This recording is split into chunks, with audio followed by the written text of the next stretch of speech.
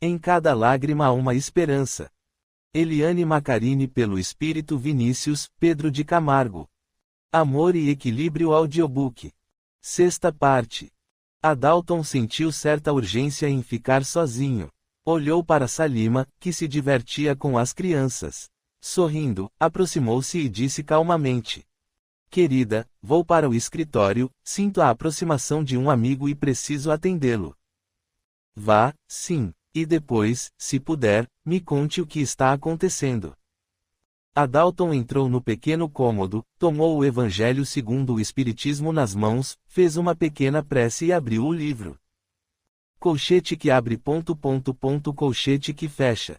A verdadeira desgraça. Todos falam de desgraça, todos já a experimentaram e creem conhecer as suas múltiplas características. Eu venho vos dizer que quase todos se enganam, e que a verdadeira desgraça não é, de forma alguma, a que os homens, isto é, os desgraçados, supõem. Eles a veem na miséria, no fogão sem fogo, no credor que ameaça, no berço vazio sem o anjo que nele sorria, nas lágrimas, no féretro que se acompanha de cabeça descoberta e o coração despedaçado, na angústia da traição, no desnudamento do orgulho que queria se vestir de púrpura e que, com dificuldade, esconde sua nudez sob os farrapos da vaidade. Tudo isso, e muitas outras coisas ainda, chama-se desgraça na linguagem humana. Sim, é a desgraça para aqueles que não veem nada além do presente, mas a verdadeira desgraça está nas consequências de um fato, mais do que no próprio fato. Dizei-me se um acontecimento, feliz para o momento, mas que tem consequências funestas, não é, em realidade, mais infeliz do que aquele que inicialmente causa grande contrariedade, e acaba por produzir o bem. Dizei-me se a tempestade que despedaça vossas árvores, mas que purifica o ar dissipando os miasmas insalubres que poderiam causar a morte, não é antes uma felicidade do que uma desgraça. Para se julgar um fato é preciso, pois, ver as suas consequências. É assim que, para analisar o que é realmente bom ou mal para o homem, é preciso que nos transportemos além desta vida, porque é lá que as consequências se fazem sentir. Ora, tudo o que ele chama de desgraça, segundo sua curta visão, cessa com a vida terrena e encontra sua compensação na vida futura. O Evangelho segundo o Espiritismo, capítulo 5, Adalton desdobrou com facilidade e veio ao nosso encontro. Bom dia, amigos. Percebi sua presença. Em que posso auxiliar? Arthur está muito desequilibrado, sofre constante assédio por parte de Robert, antigo inquisidor que faz parte do grupo Dragões de Cristo. Recebeu do mesmo algumas informações a respeito do paradeiro de Branca e se encontra a caminho. O amigo precisa proteger sua família e as crianças. Está bem, tenho para onde ir, não se preocupem. Peço ajuda para Arthur também. Entre todos os envolvidos nesta triste história, ele é o mais necessitado. Oremos por ele. Adalton se dirigiu ao quintal da agradável moradia e olhou de modo significativo para Salima. Ao encontrar os olhos do marido, ela disse: Já sei, precisamos sair daqui, não é? É sim, pegue apenas algumas roupas e vamos. Vitor nos espera em sua casa. Satisfeitos com as medidas tomadas e a boa vibração de nossos amigos, voltamos à casa espírita para nos reunirmos. Inek pedia nossa presença. Boa tarde, amigos. Pedi a todos que viessem à querida casa que nos acolhe, pois teremos um extenso trabalho de socorro esta noite. Várias equipes estão se preparando para descer ao submundo espiritual, nas imediações da principal concentração dos grupos pertencentes aos Dragões de Cristo. Aproveitaremos alguns fenômenos naturais para reciclar fluidos deletérios. Semelhante ao que vivemos na história contada no livro Comunidade Educacional das Trevas. Perguntou Maurício. No aspecto físico a tempestade assumirá formas bastante graves, ventos mais fortes, grandes formações de nuvens estarão abaixo da altura normal, que são denominadas de nuvens rolo, explicou Inek. Nuvens rolo, o que seria esse fenômeno? Perguntei ao amigo. Ainda não há um consenso sobre sua formação, e a teoria mais aceita atualmente é de que o fenômeno acontece quando há o encontro de massas de ar vindas de direções contrárias, com temperaturas e umidades bem contrastantes. Normalmente, as nuvens rolo estão associadas à aproximação de frentes frias ou frentes de tempestades. Aparentemente, são mais comuns em regiões litorâneas, pois a umidade proveniente do mar pode ajudar a formar massas de ar que se contrastam com as massas vindas do continente, favorecendo a formação do fenômeno, respondeu INEC. Interessante, eu nunca tinha ouvido falar sobre esse tipo de fenômeno meteorológico, comentou Maurício. Alguns informes alertam que a velocidade dos ventos pode atingir até 98 km por hora, acrescentou o amigo. Mas você falou sobre uma situação muito mais grave do que aquela que observamos antes, falei. Este fenômeno irá preceder um grande tornado, bastante extenso e de categoria 4, explicou INEC. Antes não ouvíamos falar de tantos tornados e tão fortes como agora. O que está havendo? Perguntou Ana. Na realidade, esses fenômenos climáticos já aconteciam com frequência no Brasil, porém não eram notados ou sentidos da mesma forma, pois as regiões mais afetadas faziam parte da área rural. Hoje em dia, com a expansão das cidades, há uma ampliação do espaço ocupado por edificações que formam áreas urbanas. O chamado corredor de tornados, no Brasil compreende os estados do Rio Grande do Sul, Santa Catarina, Paraná, São Paulo, Triângulo Mineiro e Mato Grosso do Sul. Na realidade, ele extrapola as fronteiras nacionais e começa no centro e norte da Argentina, passando pelo sul da Bolívia, Paraguai e Uruguai. E eles se formam pelo encontro de massas de ar frio da Patagônia com ventos tropicais formados na Amazônia ou massas de ar quente oriundas do Oceano Atlântico, explicou INEC. O desequilíbrio ecológico pode estar agravando o problema. Perguntei, preocupado com o destino de nosso planeta. Os elementos da natureza formam um conjunto em que todos se relacionam e um completa o outro. Nenhum ser vivo sobrevive sem sol, ar, água e solo. A mãe natureza levou bilhões de anos para equilibrar os ecossistemas. Porém, mudanças mínimas podem provocar o desequilíbrio ecológico. Essas mudanças, em condições naturais, costumam ser pequenas e são rapidamente neutralizadas pela própria natureza. Quando algum elemento, animal ou vegetal, sofre alterações em sua quantidade, aumentando ou diminuindo o número de espécies, o desequilíbrio ecológico ocorre. Mudanças assim podem dar origem a reações em cadeia que repercutem diretamente no funcionamento do ecossistema. Toda ação provoca uma reação de igual intensidade e direção, mas em sentido contrário. Essa descrição familiar é uma famosa lei física, descrita por Isaac Newton. O ambiente está reagindo. Essa reação são os eventos extremos, a elevação do nível do mar, o aquecimento global, ventos fortes além da normalidade, tornados e movimentação das placas tectônicas. Os cientistas encarnados estudam e pesquisam a relação entre esses eventos extremos e o desequilíbrio ecológico, para explicar a sua movimentação e procurar algumas soluções que amenizem essas reações, consideradas até mesmo normais, falou INEC. E como o amigo vê toda essa movimentação? Perguntei. Como algo que faz parte da própria evolução dos seres e do orbe que habitamos. Podemos citar outra lei da física, o princípio da conservação de massas, conhecido pela frase, na natureza nada se cria, nada se perde, tudo se transforma. Sem considerarmos a utilidade do exercício do princípio inteligente, que somente é educado com eficácia durante os períodos de necessidade de sobrevivência das espécies, falou INEC. Este é, realmente, um assunto de vital importância para todos nós, encarnados e desencarnados, não é assim? E bastante extenso e complexo, comentou Ana. Realmente, se nos alongarmos nas considerações sobre o tema, ficaremos por aqui um bom tempo. Mas não podemos nos desviar dos motivos que nos trouxeram aqui. Precisamos nos colocar à disposição de nossos amigos mais sábios que atuam na cidade umbralina que acolhe o grupo sob o comando de Robert. Antes de nosso deslocamento, querido irmão nos convida a uma prece coletiva na Praça da Paz, colocou-nos a Parinec. As comunidades umbralinas têm conhecimento do fato? Perguntou Ana. Pressentem que algo irá acontecer, notamos intensa movimentação dos trabalhadores vinculados a esse grupo, informou INEC. Lembremos sempre a necessidade de exercitar amor fraterno, caridade, paciência e tolerância durante esses períodos de resgate. Demétrios nos convida à Praça da Paz, informei aos amigos. Ouvíamos a preleção de Celestial Espírito. Sua aparência jovem e sublime nos encantava os sentidos. Ele nos falou sobre a paz, aquela que conseguimos entender ao vivenciarmos o perdão e o amor. Aquela paz que nos faz estender as mãos aos necessitados sem questionar o seu estado moral. Aquela paz que se realiza com alegria e serenidade no coração.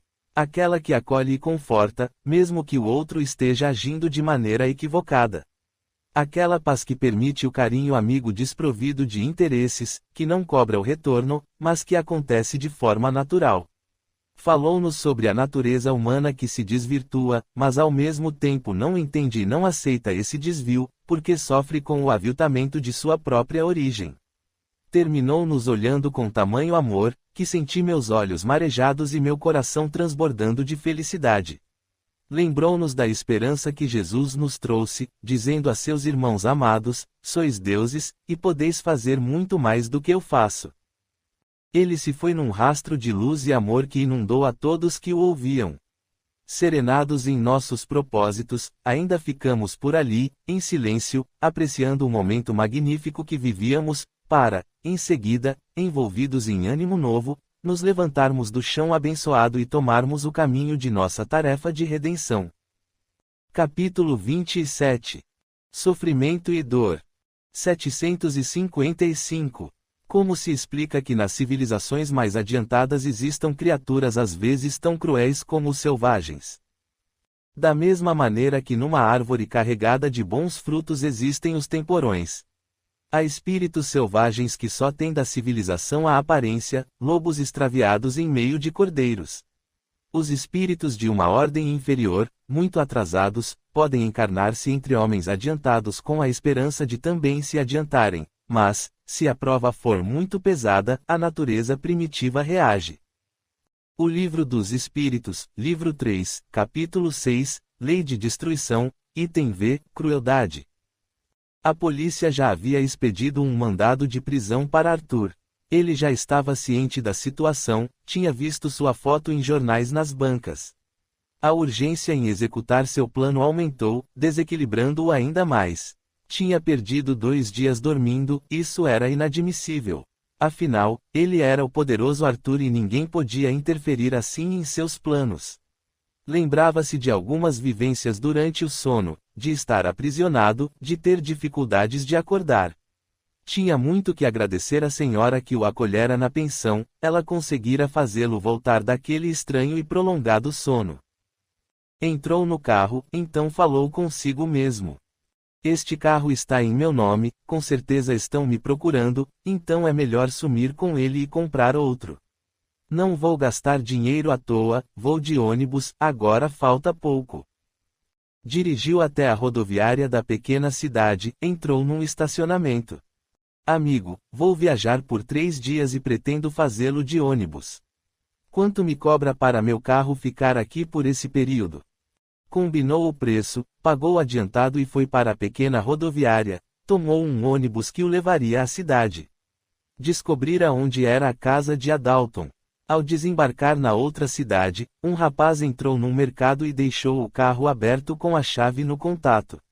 Arthur não teve dúvidas, entrou no carro, deu partida e saiu rapidamente do local. Descontrolado, ria muito, proferindo impropérios e debochando do rapaz. A casa de Adalton ficava numa praia distante do centro, um lugar ermo. Era uma pequena e bem cuidada chácara. Arthur rodeou-a, tentando encontrar a melhor maneira de entrar. Então, percebeu que estava tudo trancado. Irritado, chutou a porta principal, deu a volta pela lateral direita, encontrou um pequeno portão.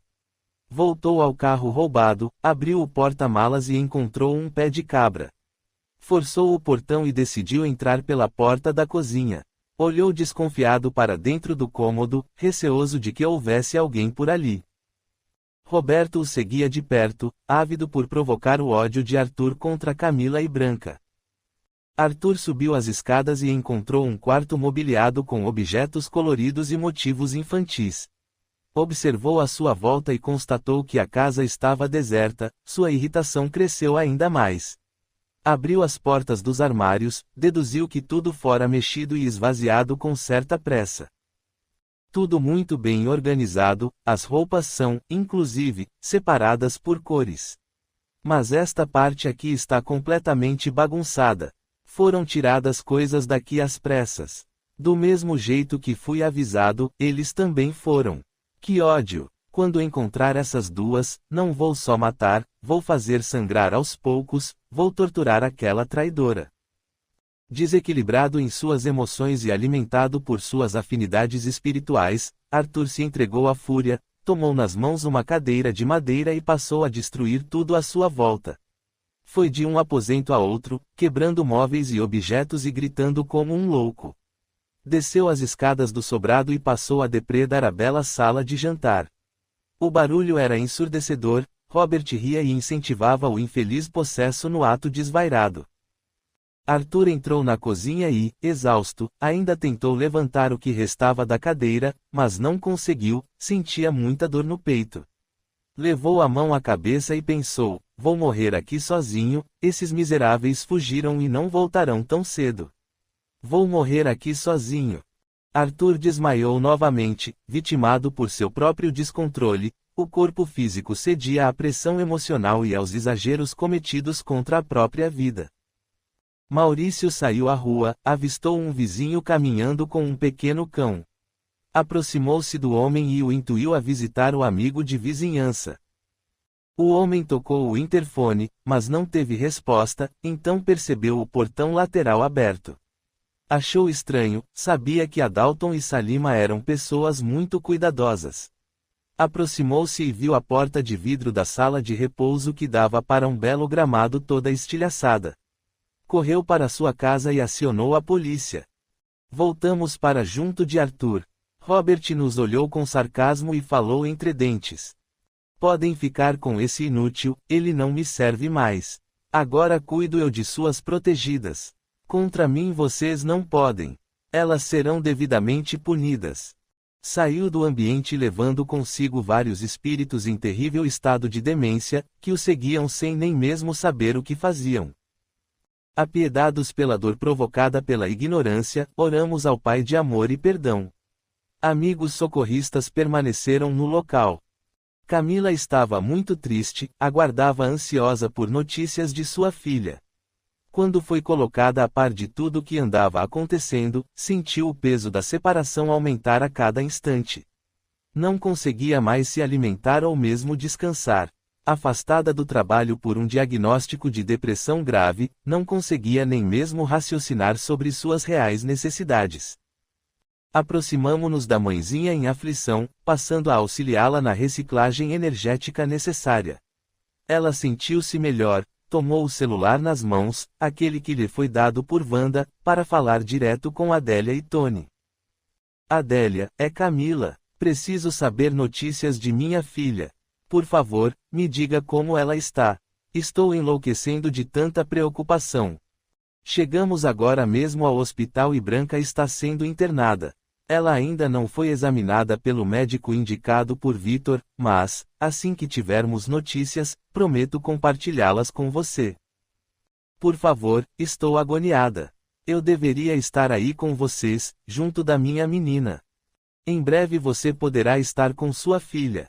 Sinto que nosso martírio está terminando, sinto de verdade. Meu coração, hoje, parece mais leve. Ainda teremos uma fase boa vindo por aí. Você verá, minha irmã. Obrigada, Adélia. Nem sei o que fazer para agradecer tanto carinho e amor que estamos recebendo de vocês, principalmente, minha pequena Branca. Em breve seremos uma família unida e feliz, pode acreditar. Camila desligou o telefone e murmurou com um sorriso feliz nos lábios. Não sei o porquê, mas acredito que Adélia tem razão. Depois de falar com ela, eu me sinto melhor e mais confiante. Vou ligar para Evandro. Camila telefonou para o marido e o colocou a par da conversa que tivera com Adélia. Que bom, meu amor. Por alguma razão, também sinto mais segurança hoje. Parece que o ambiente está mais leve, o ar menos denso, isso é muito bom. Sorrimos e voltamos ao posto de socorro. Precisávamos partir e nos encontrar com as equipes de trabalhadores do Senhor. O socorro estava a caminho. Adalton foi contatado pela polícia local e avisado sobre a invasão em sua residência. O atendente informou que haviam encontrado um homem desacordado no local, e que parecia ser o invasor. Informou ainda que este mesmo homem havia roubado um carro, o qual se encontrava estacionado na frente da casa. Adalton refletiu e perguntou: por acaso havia algum documento que o identificasse como pastor? Como o senhor sabe? Tem sim, o documento é de outro estado. Espere, verifico que acabou de entrar no sistema um alerta para a prisão do sujeito, parece que ele matou alguém dentro da própria casa. O senhor pode vir até aqui? Precisamos esclarecer algumas dúvidas. Adalton prontificou-se a comparecer à delegacia. Antes, no entanto, ligou para Tiago e o informou do ocorrido. Este, por sua vez, entrou em contato com os dirigentes da igreja da qual Arthur fazia parte e os avisou sobre a prisão do pastor. Celso, quando percebeu que Arthur estaria perdido junto à cúpula diretora da igreja, tratou de garantir a confiança deles. Alertou-os sobre o fato de que Arthur possuía alguns documentos que poderiam incriminar e destruir a credibilidade da igreja que dirigiam. Imediatamente, entraram em contato com as pessoas certas, instruindo para que verificassem se Arthur estava mesmo de posse desses tais documentos. Enquanto isso, entristecidos pelo desfecho daquela lamentável história, retiramo-nos, permitindo o querido amigo de nosso plano que continuasse a acompanhar o desenrolar dos acontecimentos. O delegado atendeu prontamente a Dalton. Bom dia, doutor. Bom dia, delegado. Poderia me explicar exatamente o que está acontecendo? Um vizinho de sua casa encontrou o portão lateral aberto e achou estranho. Do lado de fora da casa observou que os vidros da porta da sala estavam quebrados e nos acionou. Uma viatura chegou 20 minutos depois ao local, entrou na casa, que está depredada, e encontrou uma pessoa desacordada. Chamamos imediatamente um veículo de resgate, os paramédicos constataram um infarto, o sujeito está sendo atendido no hospital. Posteriormente, um policial notou um carro estacionado com as portas abertas. Ao inspecionarem o porta-malas, encontraram uma pasta e uma valise, dentro da qual estavam a identificação do sujeito e uma série de documentos bastante comprometedores. Parece que o senhor sabia de quem se tratava. Poderia nos explicar? Adalton explicou o caso ao delegado, que, após consultar a ficha policial de Arthur, verificou a existência de alguns boletins de ocorrência de Camila e Evandro contra ele, solicitando, inclusive, uma ordem restritiva. Caso complicado, doutor. Apesar de entender as razões que levaram o casal a afastar a criança, existem no caso várias contravenções graves que deverão ser esclarecidas. Numa coisa eles tiveram sorte, esse desgraçado matou uma pessoa e temos testemunha, então ficará preso, será difícil se livrar dessa responsabilidade. O que me preocupa, delegado, é que as leis são complicadas também e ainda apresentam muitas falhas. E se ele for solto? Continuará a perseguir meus amigos. O senhor tem razão, infelizmente. Mas, por enquanto, esse criminoso está sob a tutela da justiça. E, se até hoje não existiu nenhum momento em que essa mãe pôde estar sossegada ao lado da filha, agora ela pode. O senhor mencionou a existência de alguns documentos que foram encontrados em posse de Arthur. Esses papéis têm relação com Camila e Branca? Não. Quanto a isso, pode ficar sossegado. Mas, por enquanto, não posso esclarecer mais do que isso. Para mim, isso já é o suficiente. Bem, posso ir agora, delegado? Pode sim, mas fique acessível, por favor, podemos precisar do senhor novamente. E, por gentileza, assine aqui esse formulário, trata-se de uma denúncia formal da invasão. Adalton saiu da delegacia, fechou os olhos e pensou, e agora? Sigo o conselho do delegado e digo a Camila que pode ir ao encontro da filha ou espero mais um pouco. Vou falar com Salima e ver a opinião dela. Adalton entrou em seu carro e ligou para a esposa, resumiu os últimos acontecimentos e perguntou sua opinião. Querido, essa mãe está tão agoniada. Dê a ela essa oportunidade. Arthur está sob custódia da polícia, às voltas com acusações graves. Mas trata-se de um homem perigoso, Salima. Veja com que facilidade descobriu o lugar onde Branca estava escondida. Vamos orar. Sinto que este momento é muito importante para a evolução de todos, e que deve ser permitido a Camila e a Evandro encontrarem sua filha. Afinal, na realidade, ele é o pai que a ama verdadeiramente, não é assim? Tem razão, querida. Tenho o telefone de Evandro, vou falar com ele. Adalton conversou com Evandro, expôs os últimos acontecimentos e também suas inseguranças. Amigo, hoje Camila conversou com Adélia. Depois dessa conversa, ela ficou eufórica. As duas têm certeza de que tudo está se resolvendo e a liberdade está a caminho. Acredito que Camila merece esse momento. Vou levá-la ao encontro de Branca. Emocionado, começou a chorar e disse: Vamos ao encontro de nossa filha. Capítulo 28. O Dia de Luz. 756. A sociedade dos homens de bem será um dia expurgada dos malfeitores. A humanidade progride. Esses homens dominados pelo instinto do mal, que se encontram deslocados entre os homens de bem, desaparecerão pouco a pouco como o mau grão é separado do bom quando joeirado. Mas renascerão em outro invólucro. Então, com experiência, compreenderão melhor o bem e o mal. Tens um exemplo nas plantas e nos animais que o homem aprendeu como aperfeiçoar, desenvolvendo qualidades novas. Pois bem, é só depois de muitas gerações que o aperfeiçoamento se torna completo. Essa é a imagem das diversas existências do homem. O Livro dos Espíritos, livro 3, capítulo 6, Lei de Destruição, item V, Crueldade. Evandro chegou a casa. Ainda não havia falado com Camila, preferiu dar a notícia pessoalmente. Abriu a porta da garagem e a moça o esperava sentada em uma cadeira na varanda da residência. Assim que o viu, levantou-se e foi ao seu encontro. Está tudo bem, não é? Perguntou sorridente.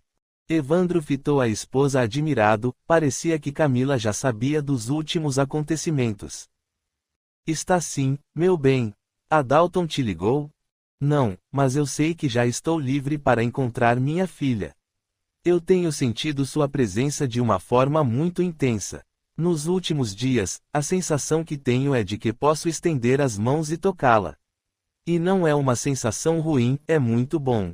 Tenho certeza de que toda essa história está no final, não sinto mais medo. Lembra quando fizemos aquela experiência? Quando viajamos a outro país sem contar a ninguém, logo após o primeiro aniversário de Branca.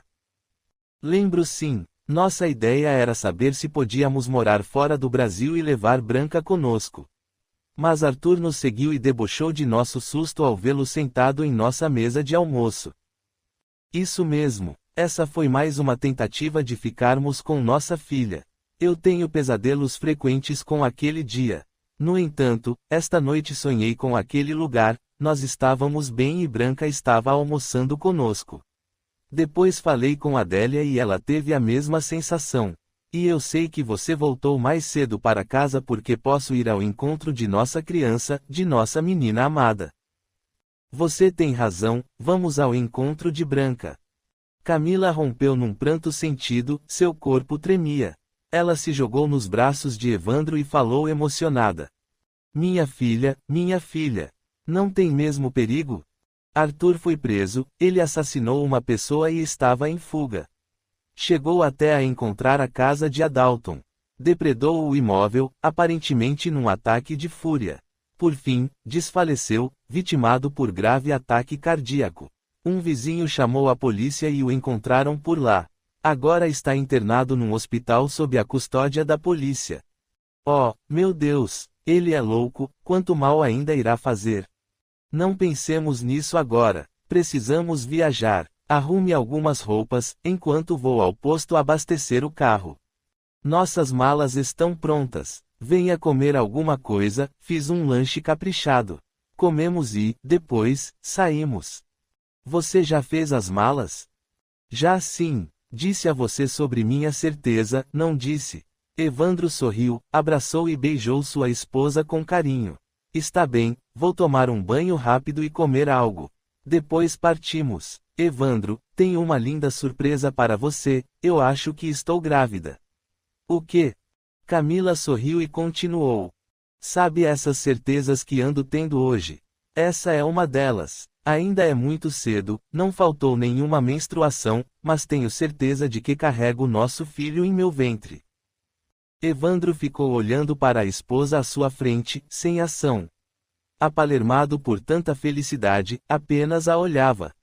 Meu Deus, mais um filho, um irmão para Branca? Sim, e sei que é um menino. Ando sonhando com ele há algum tempo. Evandro a abraçou, ergueu no ar e rodopiou alegre. Puxa vida, precisamos contar a Branca que irá ganhar um irmãozinho. O casal se preparou rapidamente e saiu em viagem. Enquanto isso, Arthur continuava desacordado. Seu estado de saúde era bastante grave, a enfermidade o debilitava e diminuía sua vitalidade. Emocionalmente exausto, desdobrado pelo estado de inconsciência, sentia-se perdido. Tudo estava escuro à sua volta, por mais que tentasse enxergar, não conseguia. Ouvia vozes, podia identificar médicos conversando, discutindo seu estado de saúde. Mas havia também vozes que o assustavam, eram ameaças terríveis à sua segurança. Não conseguia entender o que estava acontecendo. Demétrios se aproximou e o chamou à razão. Arthur, abra os olhos e olhe para mim. Ele tentava com todas as forças, mas não conseguia, sentia-se preso, amordaçado, não conseguia mexer os lábios. Estava entorpecido e incapacitado emocional e fisicamente. Sua mente, desorganizada pelos desvários cometidos, não conseguia raciocinar com equilíbrio para tirá-lo da escuridão. Demétrios, auxiliado por queridos companheiros socorristas, passou a tratar o campo vibratório do doente. Energias deletérias iam se transformando. O amor e a boa vontade envolviam o necessitado, trazendo bem-estar e conforto. Por fim, ele adormeceu. Obrigado, amigos. Preciso me ausentar por um tempo. Deixo, aos seus cuidados, o paciente. Lembrem-se de ficar sempre atentos à qualidade energética que o envolve e às visitas que possam aparecer por aqui. O estado mental de Arthur é bastante frágil, e qualquer alteração na qualidade vibratória, que já não é a ideal, poderá arremessá-lo a terríveis panoramas mentais. Vá em paz, Demétrios. Cuidaremos com muito carinho deste irmão, falou um socorrista que o auxiliou. Demétrios juntou-se a nós, as equipes socorristas já formadas receberam ordens para se colocar a caminho. Nosso destino seria a cidade umbralina denominada Sagrado Coração de Jesus. Robert encontrava-se a postos e preparado para uma batalha épica. Reunira seus exércitos, e sua intenção era neutralizar as equipes de trabalhadores do Senhor. Descemos às profundezas do bendito umbral, panorama ambientado nas mentes que se mantinham cativas à ignorância da verdadeira bondade. Começamos a nossa caminhada. O local estava repleto de espíritos que se deslocavam para a cidadela. Movimentavam-se pesadamente, tínhamos a impressão de que carregavam pesados fardos. Mantinham as costas arqueadas, as pernas dobradas, pés que se arrastavam com dificuldade. Porém, o que mais nos impressionava era a expressão facial e a dor que podia ser encontrada nos olhos, perdidos em algum momento terrível do passado. Alguns daqueles irmãos estavam tão cansados que cada passo era acompanhado de doloroso gemido.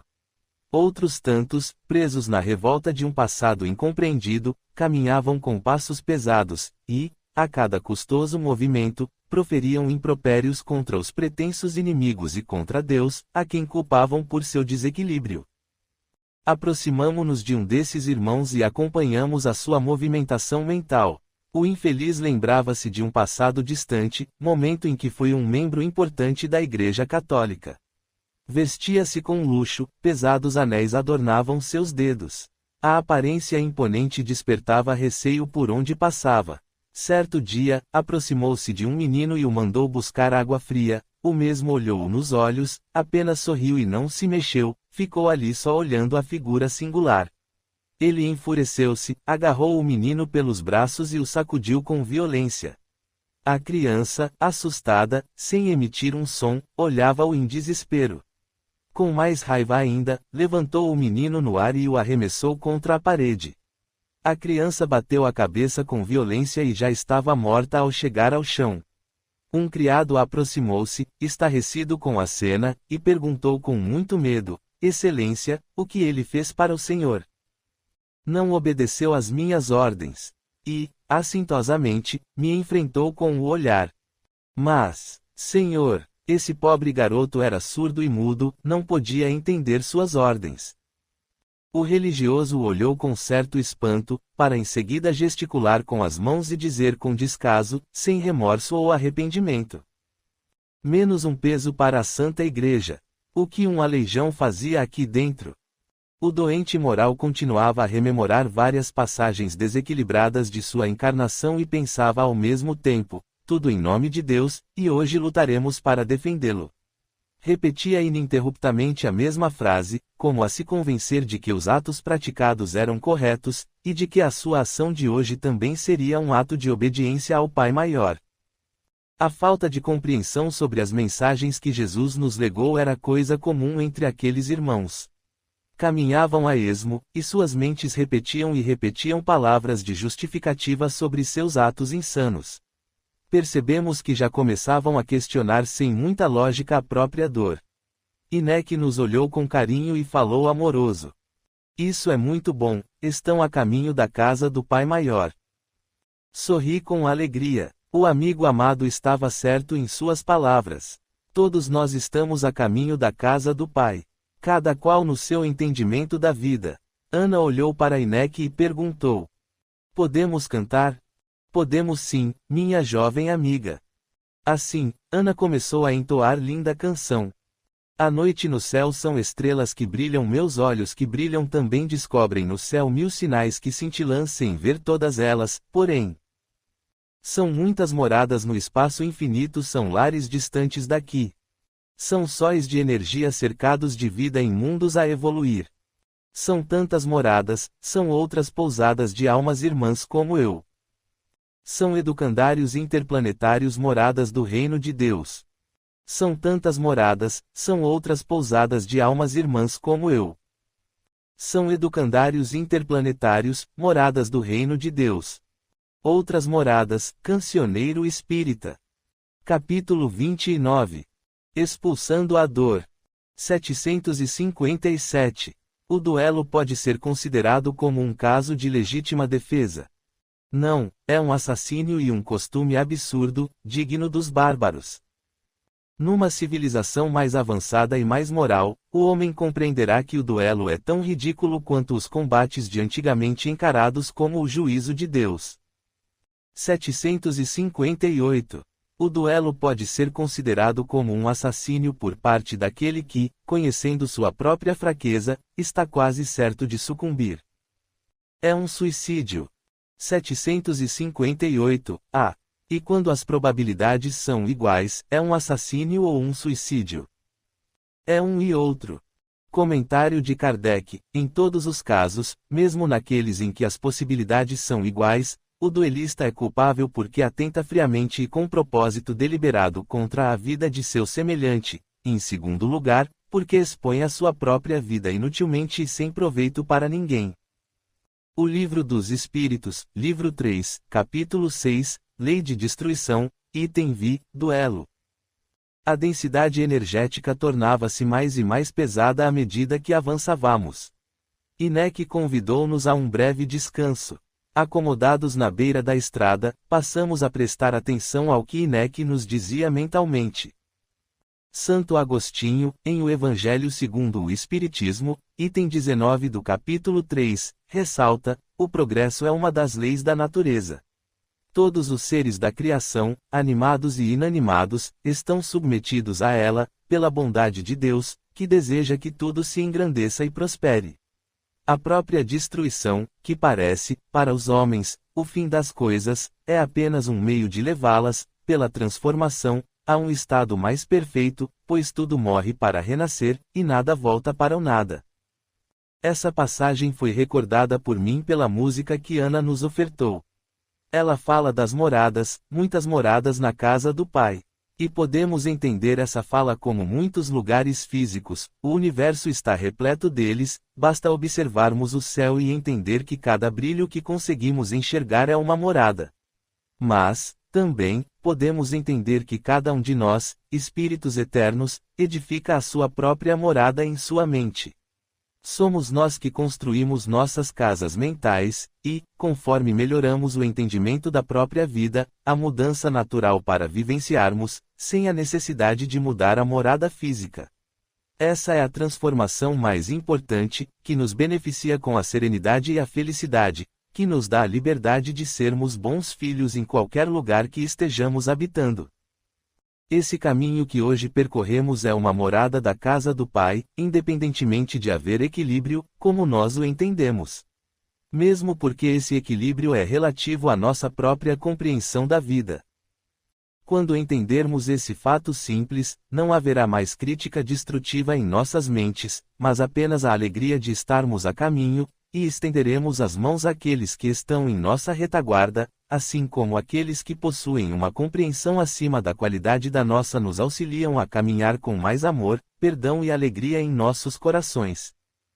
Partindo desse raciocínio simples e amoroso, entenderemos que ninguém mesmo, está errado, apenas ainda se manifesta de maneira equivocada por manter-se à margem da perfeição com a qual foi criado. Olhemos para essas paragens com muito amor no coração. Apesar dos odores fétidos, da visão dolorosa, das dores que observamos, da nossa parca compreensão do todo, esta é uma das moradas da casa do Pai. Temos à nossa frente alguns momentos dolorosos a vivenciar, pois cada um de nós divide a dor com seu próximo. E a compreensão deste fato amoroso nos fortalecerá. Dessa forma, poderemos agir e nos movimentar com mais equilíbrio e serenidade. Levantemo-nos com o ânimo renovado e acreditando que tudo está certo, pois Deus não abandona nenhum de seus filhos. Vamos ao trabalho, queridos amigos. Ana levantou-se, estendeu as mãos para o alto e recomeçou a cantar a mesma canção. Nós a acompanhamos e percebemos admirados que o som de nosso canto trazia luz e renovava a energia à nossa volta. Estávamos cuidando de nossa morada mental na casa do Pai. Conforme caminhávamos, íamos encontrando vários grupos que seguiam juntos, no mesmo passo doloroso, cansado e triste. Ao dobrarmos uma curva íngreme, encontramos um grupo que se manifestava como uma procissão. Os espíritos estavam tão próximos uns dos outros que nos pareceu um único corpo. Eram pessoas caminhando de uma maneira cerimonial, um cortejo religioso realizado em marcha solene em direção à cidade. Carregavam imagens e entoavam cânticos tristes em louvor a um Deus punitivo e doentio como as suas próprias mentes. Percebemos uma descrença terrível nessa manifestação, alguns daqueles espíritos carregavam cilícios nas mãos, um cinto eriçado de correntes de ferro, cheio de pontas. Os penitentes cingiam o corpo diretamente sobre a pele, torturando a si mesmos a cada passo. Outros gritavam em êxtase, desdobrados, afastados de seu corpo perispiritual. Não sentiam mais as dificuldades da caminhada, provenientes das dores oriundas do corpo semimaterial muito judiado. Observávamos o estado grave de aproximação com outros espíritos, tão desequilibrados quanto eles mesmos, e que reforçavam o comportamento alienado. Outros tantos eram arrastados por pesadas correntes, tratados como animais levados às mesas de sacrifício do Senhor. Eles gritavam as palavras de Malaquias, 1h11 da manhã, deturpadas por seu raciocínio doente. Mas desde o nascente do sol até ao poente é grande entre os gentios o meu nome, e em todo lugar se oferecerá ao meu nome incenso, e uma oferta pura, porque o meu nome é grande entre os gentios, diz o Senhor dos Exércitos. Alguns arrastavam grandes turíbulos com incenso fumegante, que eram balançados em movimentos de cruz, lembrando a morte de Cristo, para, no momento seguinte, balançá-los em círculos, com a intenção de envolver os dons sagrados e de consagrá-los a Deus. Os espíritos que procediam a isto estavam paramentados como coroinhas e repetiam, incessantes e com voz gutural, parte do Salmo 141. Que minha oração suba até vós como a fumaça do incenso. Que minhas mãos estendidas para vós sejam como a oferenda da tarde. E completavam desordenadamente: aceite o sacrifício dos infiéis. Eles queimarão na cruz. À frente da procissão seguia um cortejo que carregava grandes imagens de Jesus, relembrando a crucificação. Choravam e gritavam, alguns reforçando seu amor, outros o ódio pelos infiéis. Apesar dos desequilíbrios observados, percebíamos que a fé cegava aqueles infelizes, ignorantes do bem maior. Os mais esclarecidos, pelo menos culturalmente, e que ainda apresentavam alguma lucidez de raciocínio, aproveitavam-se dessas criaturas, conduzindo-as a um holocausto pessoal. Os coordenadores dos diferentes grupos que observamos agiam com firmeza e dureza em suas atitudes. Não havia complacência com a fragilidade daqueles que tentavam modificar a direção de seus pensamentos, ou mesmo pediam socorro para minimizar dores inimagináveis. A um simples sinal de fraqueza, eram duramente punidos pelo chicote de seus algozes. Um espírito que aparentava grande altura e força ia à frente citando palavras de ordem que serviam de instrumento hipnótico aos demais coordenadores, os quais se extasiavam com o som monótono e cadenciado com que as palavras eram proferidas. Vencemos a grande turba para encontrar outro grupo, esse era formado por irmãos que tinham a aparência infantil ou adolescente. Era cercado por outros que o continham, seguiam travestidos de religiosos das mais variadas ordens. A sensualidade expressa naqueles pequenos corpos levou lágrimas a nossos olhos, lágrimas de compaixão. Observamos atenciosamente o aspecto desses irmãos e constatamos que haviam manipulado o perispírito para ter essa aparência. O triste cortejo relembrava a prática da pedofilia nos meios religiosos. Lembrei-me de estudos sobre a plasticidade da matéria que forma o perispírito. Em momento futuro oportuno, voltarei ao assunto. Neste momento, nossos objetivos estão vinculados ao auxílio necessário a esta comunidade. Continuamos nosso caminho, lembrando as amáveis advertências de Inek, compreender a limitação de entendimento destes irmãos amados, evitando assim julgamentos desnecessários. Havia um círculo de espíritos que seguiam manifestando densa energia, o barulho era ensurdecedor e o odor fétido incomodava os sentidos. Aproximamo-nos e percebemos que várias duplas se enfrentavam num duelo sem fim, ora vitimando um, ora vitimando o outro. A turba enlouquecida se alimentava dessa energia e sua aparência se modificava e deformava a olhos vistos. Oramos em benefício dos que praticavam esse ato tresloucado, envolvemos todos em doces vibrações de amor e conforto. Alguns saíram correndo amedrontados, outros resvalavam ao chão, cansados e chorosos. As equipes socorristas de prontidão entravam em ação, e logo mais uma abençoada carga de regeneração era enviada ao posto de socorro. Ao nos aproximarmos da cidadela, percebemos que outros grupos socorristas já se encontravam nas imediações. Unimo-nos a eles. Demétrios veio se juntar a nós e nos esclareceu. Esperamos os eventos do meio material, a tempestade já está se formando ao norte deste local e deve nos alcançar em poucas horas. As casas transitórias que contam com pessoal especializado no uso do fogo etéreo já estão posicionadas em todo o planeta. Estou muito feliz, hoje teremos uma oportunidade amorosa, mais uma oportunidade de aprendizado e trabalho. Quando você falou sobre oportunidade, para mim veio a ideia de oportunidade única, e você completou dizendo mais uma oportunidade, falou Maurício. Cada oportunidade é única em si naquele momento, porém, não exclui a possibilidade de outras formas de manifestação tão necessárias, para que possamos repensar e refletir sobre o aprendizado que fazemos através das múltiplas vivências.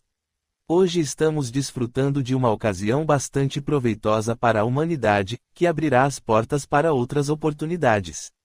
Assim a vida se movimenta e acontece, respondeu Demétrios. Ação e reação, a base da própria vida, comentei, feliz com as explicações de Demétrios.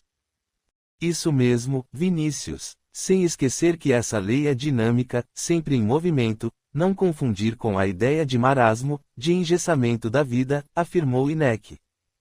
Como assim? Perguntou Ana. Algumas pessoas deixam por conta da reação a culpa de seu sofrimento e passividade. Sofrer a reação de alguma ação praticada não exclui a possibilidade do exercício da inteligência em busca de respostas melhores às velhas questões, explicou Inek. Entendi. Mesmo vivendo consequências de escolhas erradas, eu posso modificar a forma de conduzir isso. Se continuar respondendo a mesma questão com a mesma resposta, o resultado não mudará nunca. Isso mesmo, menina. Veja quem está chegando, falei animado. Maurício se adiantou e abraçou, saudoso, com imensa ternura, Dona Dirce, sua mãe na última encarnação. Feliz por reencontrar o filho tão amado, ela devolveu o abraço e deu-lhe um beijo estalado nas bochechas. Ah, Dona Dirce, sinto falta desses beijos barulhentos. A senhora sorriu feliz e nos abraçou um a um. Que bom encontrá-los por aqui. Que dia glorioso para todos nós, falou Dona Dirce. Estamos felizes por estar aqui. Trabalhará nas equipes socorristas? Perguntei a ela. Sim. Solicitei ficar junto aos jovens, principalmente aqueles que desencarnaram pelas drogas. Logo atrás, identificamos um grupo com aparência infantil, são jovens aprisionados, que tiveram seus perispíritos modificados através da hipnose maléfica. Eu e meus companheiros nos responsabilizamos por acompanhá-los durante os eventos. Nesse instante, ouvimos latidos de cães. Voltamos nossa atenção para a estrada e vimos um grupo de socorristas que trabalhavam com grandes mastins adestrados, estavam rodeados por espíritos desequilibrados. Os cães se adiantaram e rodearam o grupo. Em poucos instantes, os invasores foram cedendo, sendo socorridos e encaminhados a um veículo semelhante a um ônibus escolar. Após o embarque dos passageiros, ele subiu aos céus e disparou em direção ao posto de socorro mais próximo. Os grupos umbralinos foram chegando à cidade, eram lentos e morosos, sofredores da escuridão a qual se mantinham cativos. Demétrios nos orientou sobre manter o padrão vibratório. Explicou que deveríamos permanecer silenciosos e em prece, deveríamos aguardar o início da tempestade. Enquanto isso, no plano físico, Camila e Evandro chegavam ao hospital onde Branca havia sido internada. Adélia os aguardava na porta. Assim que viu o casal, a moça os reconheceu pelas fotos que Wanda havia mostrado. Foi em direção a Camila e a abraçou com muito carinho. Camila, emocionada, chorava copiosamente, tremia e apertava a amiga junto ao coração. Evandro uniu-se às duas, e os três ficaram assim por alguns instantes.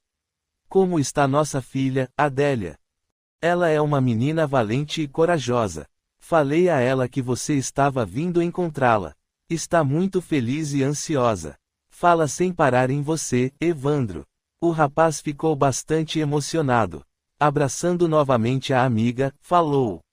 Nem sei o que dizer a você em agradecimento por tudo que tem feito por nós. Nós a amamos muito, você sabe disso? Sei sim, meu amigo, porque eu também amo vocês e tenho certeza de que esse reencontro é uma coisa muito natural para nós. Um dia saberemos a história toda e compreenderemos melhor tudo isso. Agora venham comigo, Branca está muito agitada com esse encontro. Eles pararam em frente à porta do quarto, Camila tremia muito. Será que ela vai gostar de mim, ou me perdoar por ter estado longe tanto tempo? Meu Deus, eu estou com muito medo. Adélia segurou sua mão, abriu a porta e falou feliz, adivinha quem chegou, meu amor? Minha mamãe e meu papai, respondeu uma vozinha fraca, porém radiante de felicidade. Camila e Evandro entraram no quarto, pararam à beira da cama e fitaram aquele pequeno anjo loiro, de olhos verdes e faces pálidas. Meu amor, você é a cara de sua mamãe. Você é sua mamãe pequenininha, falou Evandro, enquanto as lágrimas escorriam por seu rosto. Eu sei, papai, minha madrinha me mostra fotos de vocês. Eu sei que sou bonita porque pareço minha mamãe. Dizendo isso, a pequena menina estendeu os braços para os dois. Camila a tomou nos braços, seu corpo tremia de emoção. Evandro se juntou a ela e beijava os cabelos ralos da pequena criança. Branca beijava o rosto da mãe e dizia entre um soluço e outro: "Estava com saudades, mamãe. Demorou tanto para você vir me ver, mas eu sei o porquê. Você me contava toda noite, e hoje você e minha madrinha disseram que estaríamos juntos para sempre, e eu sei que é verdade. Para sempre, meu amor, estaremos juntos para sempre", falou Camila. "Vamos morar todos juntos?", perguntou Branca. Evandro se afastou um pouco, olhou nos olhos de Camila e respondeu com firmeza: "Vamos sim, minha filha, vamos morar muito perto uns dos outros, tão perto, que você poderá ir de uma casa a outra quando quiser. Faremos qualquer coisa para você ser feliz. Quando meu irmãozinho chegar, vai ser melhor ainda. Deixa eu dar um beijo nele." Branca escorregou do colo de Camila, abraçou e beijou a barriga da mãe e, rindo, falou: "Inácio, agora estamos juntos de verdade." "Inácio?", perguntou Evandro. "É o nome de meu irmão, ele gosta desse nome. Agora ele não pode mais falar comigo, mas, quando ele ia me visitar, ele falou que queria esse nome." "Então o nome dele será Inácio", falou Camila sorrindo. Todos ficaram muito emocionados com o reencontro e, felizes, permaneceram juntos a Branca. Arthur, ainda hospitalizado, estava sendo vigiado de perto por um policial. Sentia muitas dores no peito, o corpo pesado mal respondia a seus comandos mentais. Olhava a porta e pensava: "Preciso arrumar um jeito de dar o fora daqui." Nesse instante, o médico entrou. Identificou-se e o informou sobre o estado de sua saúde. "Senhor Arthur, precisamos conversar sobre o estado de sua saúde. O senhor vem acumulando pequenas isquemias cardíacas ao longo de anos. Vou tentar explicar de forma simples, para que o senhor entenda o que está acontecendo, e, também, porque precisamos definir alguns procedimentos. Qualquer célula do nosso corpo precisa de sangue para viver. Uma artéria que sofre obstrução do fluxo sanguíneo provoca a morte de tecidos cardíacos, ou seja, acontece uma isquemia, uma área de necrose, isso é um infarto. O infarto pode ocorrer no cérebro, rim, pulmão ou qualquer outro órgão do corpo. Infarto do coração, ou do miocárdio, significa que houve morte das células musculares do coração. O coração possui duas grandes artérias responsáveis pelo suprimento sanguíneo cardíaco: artéria coronária esquerda, que nutre o lado esquerdo do coração, e artéria coronária direita, que nutre o lado direito do coração. Para que todo o tecido cardíaco receba sangue, essas artérias coronárias precisam se ramificar, formando uma grande teia de vasos sanguíneos ao redor de todo o coração. Se a área infartada for extensa, ou seja, a região muscular que sofreu necrose por falta de nutrição sanguínea for muito grande, maior será a gravidade do infarto. Todo músculo necrosado torna-se inútil e incapaz de se contrair para bombear o sangue. Quando subitamente perdemos a nossa bomba de sangue, entramos em colapso, que é chamado choque circulatório.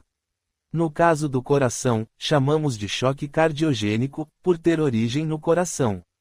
Acontecem também as arritmias cardíacas, porque o tecido cardíaco que sofre infarto não consegue mais transmitir os impulsos elétricos normais do coração, causando distúrbios na condução elétrica, o que favorece o aparecimento de arritmias cardíacas graves, que são consideradas arriscadas para o paciente.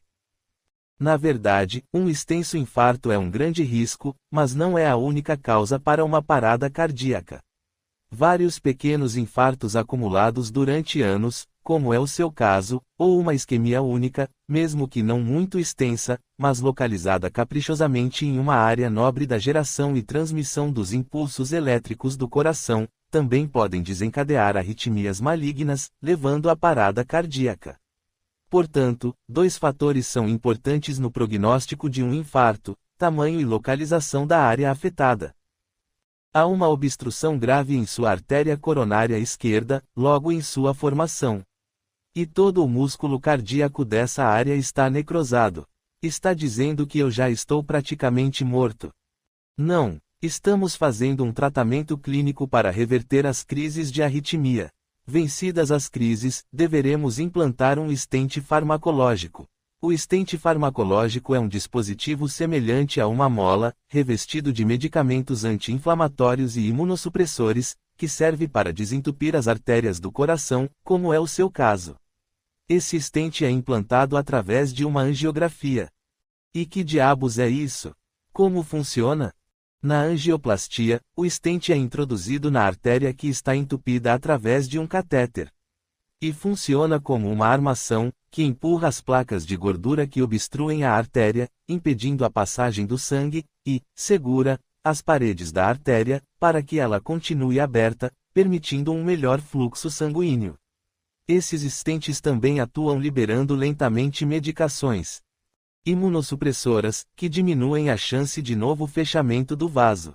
E por que não faz logo isso? Eu tenho muito dinheiro e posso pagar. Estamos primeiro estabilizando seu coração, tratando a arritmia, para podermos realizar a intervenção. E não se trata de ter dinheiro ou não. O senhor encontra-se num hospital público. E se não der certo, o que poderá fazer mais? Preciso sair logo daqui. O médico olhou para o policial sentado numa cadeira ao lado da cama.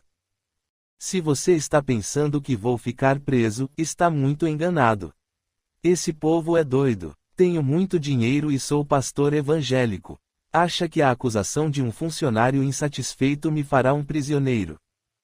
Bom, Sr. Arthur, o senhor entendeu tudo o que falei. Entendi sim. E o senhor, entendeu o que falei? Faça o que for preciso que eu pago. O médico saiu do quarto. Nesse momento, Arthur dirigiu-se ao policial. E você? O policial mostrou uma câmera instalada no teto, apenas com o olhar. Arthur virou de lado na cama, deu um jeito de acomodar os lençóis à sua volta e falou num sussurro. Se me ajudar a fugir daqui, nunca mais vai precisar trabalhar. Pense nisso. Amanhã, traga escrito num papel quanto quer e assim que me tirar daqui eu te pago. O policial fez um discreto sinal com a cabeça.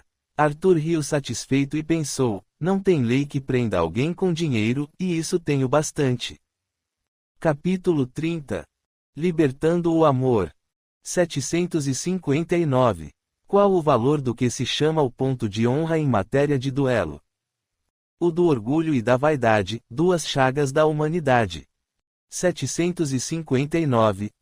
Mas não há casos em que a honra está verdadeiramente empenhada e a recusa seria uma covardia. Isso depende dos costumes e dos usos. Cada país e cada século tem a respeito uma maneira diferente de ver. Quando os homens forem melhores e moralmente mais adiantados, compreenderão que o verdadeiro ponto de honra está acima das paixões terrenas e que não é matando ou se fazendo matar que se repara uma falta. Comentário de Kardec: a mais grandeza e verdadeira honra em se reconhecer culpado, quando se erra, ou em perdoar, quando se tem razão, e, em todos os casos, em não se dar importância aos insultos que não podem atingir-nos. O Livro dos Espíritos, Livro 3, Capítulo 6, Lei de Destruição, Item V, Duelo. Permanecíamos em oração diante da entrada da cidadela umbralina. Percebemos intensa movimentação dos grupos que chegavam àquele local.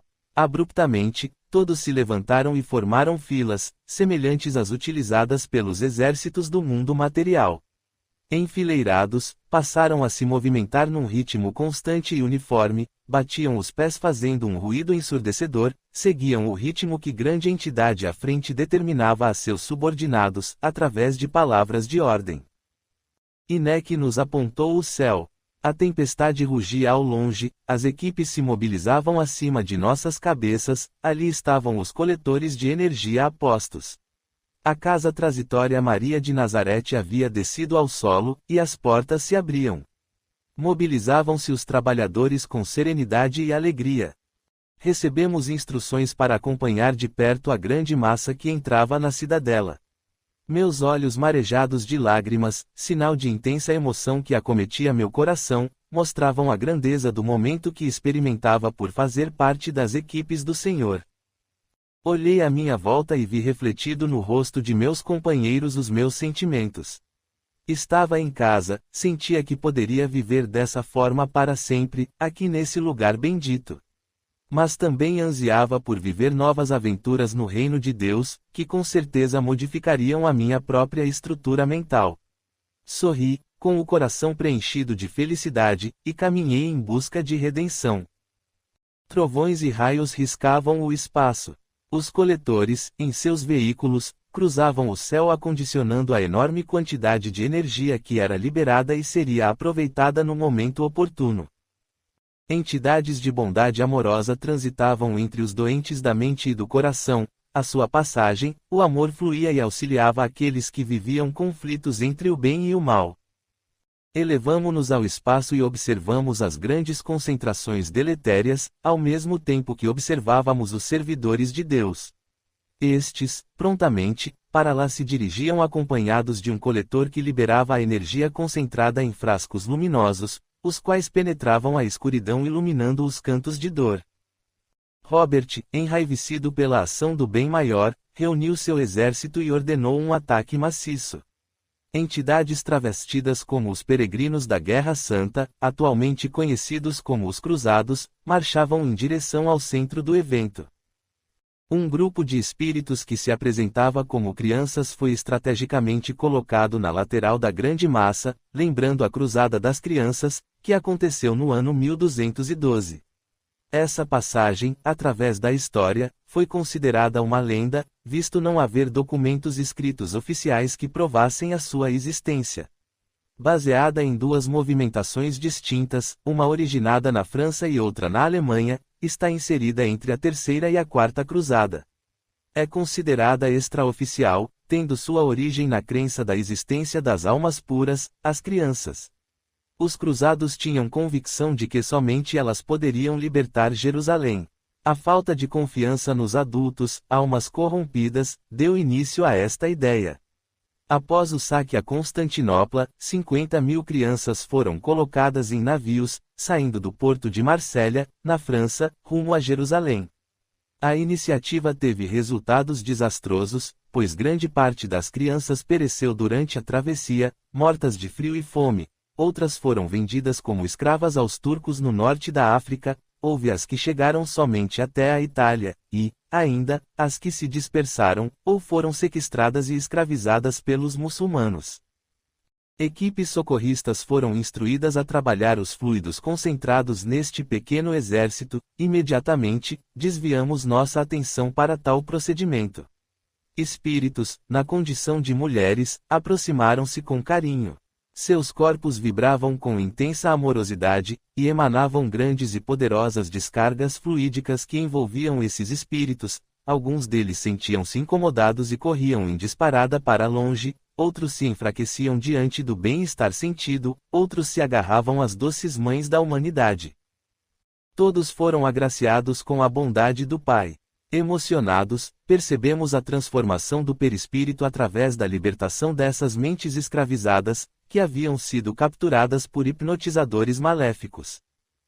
As grandes fileiras de soldados agora estavam expostas. Robert se transformava mais e mais à medida que a liberdade alcançava os sofredores. Seu corpo perispiritual tornava-se volumoso e deformava-se mais e mais, o irmão sofredor crescia diante dos olhares assustados e temerosos de seus seguidores. A tempestade alcançou seu clímax. Grande quantidade de raios e seus clarões, os relâmpagos, eram vistos riscando o céu e se concentrando na grande praça onde aconteciam os eventos descritos. Em seguida, escutávamos o barulho ensurdecedor dos trovões. Os ventos alcançavam velocidade de 90 km por hora. Originavãs de várias frentes e rodavam vertiginosamente. Percebemos que um funil se formava da base da grande célula convectiva. Nesse momento, teve início a precipitação pluviométrica intensa, seguida de granizos do tamanho de bolas de gude. A cidadela Sagrado Coração de Jesus estava situada numa região rural, sem construções materiais. Portanto, o evento estaria destinado a assistir os necessitados do mundo invisível que vagavam por ali. Os espíritos que neste local transitavam mostravam em seus semblantes o terror que os acometia. Ignorantes das leis naturais, ainda acreditavam estarem expostos à violência da tempestade. No ápice do evento, coletores e expurgadores do fogo etéreo concentravam enorme carga eletromagnética no centro do evento espiritual. Enquanto isso, no plano material, estávamos no olho do tornado, um espaço livre da tormenta, onde podíamos até mesmo enxergar um pedaço de céu azul límpido e luminoso. Isso ocorre devido a uma incidência da pressão atmosférica, que empurra o ar para o centro do fenômeno, o que acaba por criar uma área livre de chuvas e ventos. Mas basta olhar ao redor e vamos perceber a rotação acelerada dos ventos, a chuva forte e o granizo que penetra a massa densa, agora carregada de detritos e terra. Num breve instante, senti-me arremessado ao espaço, tamanha força da explosão gerada pela concentração de energia. O fogo-fato expandia-se em todas as direções, semelhante ao movimento obtido quando atiramos uma pedra no centro de um lago. Ao mesmo tempo, queimava miasmas e energias mais densas, deletérias. No entanto, também iluminava a vida, trazendo o sol, que antes não conseguia atingir o solo devido à densidade atmosférica carregada de moléculas densas, transformadas por mentes em desalinho.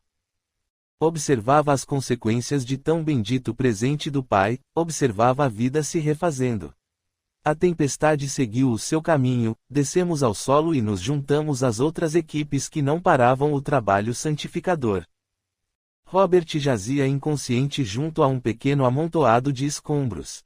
Aproximamo-nos dele e auxiliamos no seu deslocamento para uma casa de recuperação, local onde, depois fomos informados, ele ficaria por curto espaço de tempo. Após rápida estadia, seria encaminhado para outro orbe, a morada necessária à sua recuperação. Oramos em benefício deste amado irmão e voltamos à cidadela para continuar a auxiliar aqueles que começaram a enxergar em si mesmos a origem divina com a qual foram agraciados. Capítulo 31. Apenas um instante. 760. A pena de morte desaparecerá um dia da legislação humana. A pena de morte desaparecerá incontestavelmente e sua supressão assinalará um progresso da humanidade. Quando os homens forem mais esclarecidos, a pena de morte será completamente abolida da terra. Os homens não terão mais necessidade de ser julgados pelos homens. Falo de uma época que ainda está muito longe de vós. Comentário de Kardec: o progresso social ainda deixa muito a desejar, mas seríamos injustos para com a sociedade moderna se não vissemos um progresso nas restrições impostas à pena de morte entre os povos mais adiantados, e a natureza dos crimes aos quais se limita a sua aplicação. Se compararmos as garantias com que a justiça se esforça para cercar hoje o acusado, e a humanidade com que o trata, mesmo quando reconhecidamente culpado, com o que se praticava em tempos que não vão muito longe, não poderemos deixar de reconhecer a via progressiva pela qual a humanidade avança. O Livro dos Espíritos, Livro 3, Capítulo 6, Lei de Destruição, Item V, Pena de Morte. Arthur sentia-se a cada dia mais enfraquecido, tinha dificuldades até mesmo para se alimentar. Tudo o cansava, o esforço para se manter respirando o esgotava. Porém, o ódio que nutria por Camila e Branca ainda o fortalecia e o mantinha preso àquele corpo. Precisava ser curado com urgência, para que pudesse ser transferido a uma penitenciária, de onde seria mais difícil fugir. O policial, que havia dado sinais de querer ajudá-lo numa fuga, estava com ele novamente. "E aí, pastor, melhorou?" perguntou o homem entregando discretamente a Arthur um papel onde estava escrita uma grande quantia. "Tudo bem, ainda bem que posso contar com pessoas boas como você por aqui. Acho que mais uns 2 dias e estará melhor. Então, poderá ser transportado." Arthur sorriu, entendeu que o policial estava dizendo a ele para estar pronto para fugir. "Tenho certeza de que estarei melhor e pronto a provar minha inocência." Para provar sua inocência precisa contratar e pagar um excelente advogado antes, não é? "Não se preocupe, dinheiro não me falta. E a quantia que o advogado me pede, posso pedir ao gerente de minha conta para fazer uma transferência. Preciso fazer essa ligação, e preciso saber o número da conta do advogado." Seu advogado deve saber que enquanto aprisionado não poderá fazer transações bancárias. Não é assim? Comentou o policial. Mas também sabe que gerentes de banco podem realizar operações se forem bem tratados.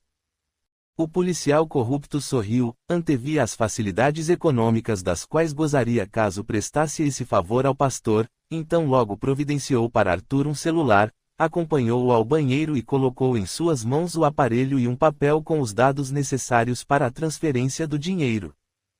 Em instantes, Arthur o chamou de dentro do banheiro, estava passando terrivelmente mal. O homem chamou a enfermeira, que logo verificou o estado grave de saúde do pastor. O médico foi acionado, e Arthur, transferido para a UTI. No caminho para a unidade de terapia intensiva, o policial olhou para ele e falou baixinho. Não se preocupe, quando melhorar, o advogado providenciará imediatamente sua liberdade. O trato está feito. Acompanhamos esse acontecimento e percebemos que, apesar de toda a movimentação que havia acontecido, Arthur estava sempre rodeado de espíritos ignorantes e ainda maldosos. Confirmava-se nessa situação a lei das afinidades morais, que culmina sempre em sintonia vibratória e ressonância constante. Dirigimo-nos à casa espírita que nos acolhia na cidade praiana. Reunimo-nos em belíssimo jardim, lugar de onde podíamos ver a praia repleta de banhistas e crianças que brincavam na areia e nas águas enfeitadas por um colar de espuma branca, conseguida na arrebentação das ondas mansas. Vinícius, quando estávamos socorrendo os infelizes habitantes da cidadela, encontramos muitos espíritos que conseguiam modificar sua própria aparência, ou mesmo sofriam essa transformação pela ação de hipnotizadores, falou Maurício. É verdade, Maurício. Lembro-me de haver começado a raciocinar sobre o assunto, mas, dadas a gravidade e a urgência do momento, preferi deixar essa reflexão para outra oportunidade, respondi. O perispírito é o espelho da alma e a extensão da mente. Por isso, acaba sendo moldado de acordo com os comandos mentais de cada um, segundo as necessidades do momento. Esse fenômeno recebe o nome de plasticidade, acrescentei, animado com a conversa. O perispírito é formado também por fluidos que, ainda que não sejam totalmente eterizados, também não são totalmente materiais, assim, o corpo espiritual mostra um extremo poder plástico. Emmanuel nos explica que, o perispírito adapta-se automaticamente às ordens mentais que brotam continuadamente da alma. Dependendo da forma que o espírito imprime a seu corpo perispiritual, podemos deduzir sobre sua capacidade intelectual, o desenvolvimento da vontade, o treino mental próprio, enfim, as transformações ocorrem independentemente do aperfeiçoamento moral, explicou Inek. O desenvolvimento intelectual da criatura, a intensa capacidade de ação, pode pertencer a inteligências de mentes perversas também. Sempre ressaltamos em nossos trabalhos que os conhecimentos adquiridos são apenas ferramentas, e nossa escolha pessoal é que dá qualidade ao seu uso. Refletindo sobre esse pensamento, podemos entender por que encontramos, em grande número, compactas falanges de entidades libertas dos laços fisiológicos, operando nos círculos da perturbação e da crueldade, com espetaculares recursos de modificação nos aspectos em que se exprimem para causar suas influências malévolas. Estamos novamente falando sobre escolhas pessoais que acabaram por escrever nosso futuro, comentei. Para o espírito consciente, o uso desta ferramenta pode explicar o rejuvenescimento que experimentam após o desencarne. Mesmo tendo desencarnado com idade física avançada, sentindo-se mais jovens, apresentam-se como tal. Totalmente livres dos condicionamentos humanos do corpo físico, o espírito humano não sofre o envelhecimento corporal, assim como não morre, observou Ana. Mas essa possibilidade de manipular o perispírito é limitada ao padrão evolutivo, de acordo com a compreensão de cada um, intelectual, emocional e moral. O espírito em desequilíbrio afetivo acaba por ficar preso a ideias únicas, cujo funcionamento é chamado de monoidaísmo. Assim, pode entrar em tal estado de alinhamento com a realidade que acaba por provocar retratação dos tecidos perispirituais, limitando as funções e potencialidades de movimentação nos mundos em que circula. Seria o caso da zoantropia, da licantropia e dos ovoides, falou Hynek. Já nos processos reencarnatórios, o perispírito entra em um processo de modelagem, por meio do qual molda a organização física. Ao aproximar-se o momento da reencarnação, o espírito reencarnante, comumente, entra em gradativo processo de redução psicossômica, o qual acontece simultaneamente com a diminuição da consciência de si mesmo. Então, até nos processos acima citados o perispírito demonstra seu poder de plasticidade, falou Maurício. E continuou, a plasticidade não é a única característica do perispírito, podemos citar também, densidade, ponderabilidade, luminosidade, penetrabilidade, visibilidade, corporeidade, tangibilidade, sensibilidade global, sensibilidade magnética, expansibilidade, bicorporeidade, unicidade, perenidade, mutabilidade, capacidade refletora, odor e temperatura. Todas elas importantes para nossa manifestação nos vários planos que habitamos. Assim ocorre também com as funções do perispírito, que são instrumental, individualizadora, organizadora e sustentadora, lembrou Ana. A função instrumental é a ferramenta da alma e pressupõe a interação com o mundo espiritual e físico. Aglutina a energia cósmica, consolidando a estrutura de natureza física, como também serve como elemento de ligação com o meio que o cerca, influenciando e, ao mesmo tempo, recebendo sua influência, completou Maurício. A função individualizadora é a própria identificação da alma. Ela é única e diferenciada. E o perispírito, o seu corpo perene, a reflete como identidade exclusiva. A memória é refletida na tela perispiritual e acaba por moldar a forma, baseando-se nos arquivos milenares, falou Hynek. A função organizadora dá ao espírito a noção direta de sua existência. Comprova-se o princípio imaterial, que comanda o desenvolvimento da vida e hoje acaba por se infiltrar na ciência para provar a existência da vida eterna. Inúmeros cientistas, de diversos países, têm pressuposto a existência de uma espécie de matriz, um tipo de padrão organizador, invisível, inerente aos seres vivos, falei. A função sustentadora não é tão complexa como podemos imaginar, ela é simples como a própria natureza. Delany nos descortina uma compreensão maior a respeito do assunto, quando fala que o perispírito, graças à sua perenidade, age como elemento indispensável à estabilidade do ser humano, no meio de toda essa complexidade das ações vitais, dessa efervescência perpétua e resultante da cadeia de decomposições e recomposições químicas, ininterruptas, na trama, enfim, de nervos, músculos, glândulas a se entrecruzarem, a circularem, a se interpenetrarem de líquidos e gases, em desordem aparente, mas da qual sairá. Contudo, a mais estupenda regularidade, sendo certo que a função pertence ao conjunto, e não às unidades que o compõem, e que esta se subordina a uma ordem que não se altera, apesar dos sucessivos afluxos de elementos novos, completou Hynek. Sem contar que a complexa tessitura psicossômica apresenta, ao que tudo indica, um número considerável de pontos de força, responsáveis, em seu conjunto, pela distribuição da energia vital e, por conseguinte, pelo equilíbrio fisiológico do organismo físico, completei. Poderíamos ficar por aqui um tempo considerável em animado debate, sem que esgotassemos o assunto. Entretanto, Demétrios nos chama ao hospital onde Branca está internada. Encontramos a família bastante agitada numa pequena sala de espera. Deus do céu, como será que ela está? Perguntou Camila, andando de um lado a outro da pequena saleta. Acalme-se, meu bem. Trata-se de um processo bastante demorado, e eles precisam tomar muitos cuidados, principalmente por ser uma criança de apenas 4 anos, falou Evandro. Calma, Camila, tudo vai dar certo, você verá, aconselhou Tony. Eu sei, Tony, mas Branca disse que apenas ficará bem com a ajuda do pai biológico, vocês me contaram isso.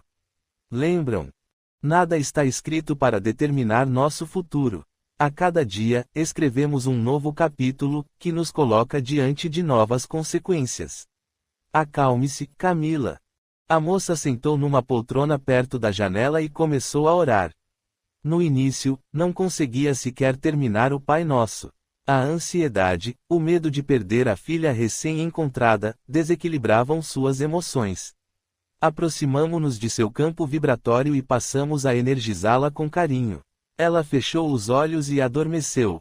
Inácio, a quem havíamos pedido auxílio, sorriu e se aproximou da mãezinha aflita. Bom dia, Camila. Você está bastante agitada, tornou Inácio, abraçando-a com carinho. Onde estou? No mesmo lugar onde adormeceu. Está no hospital onde Branca passa por um procedimento cirúrgico, procedimento este até considerado bastante simples para os dias de hoje.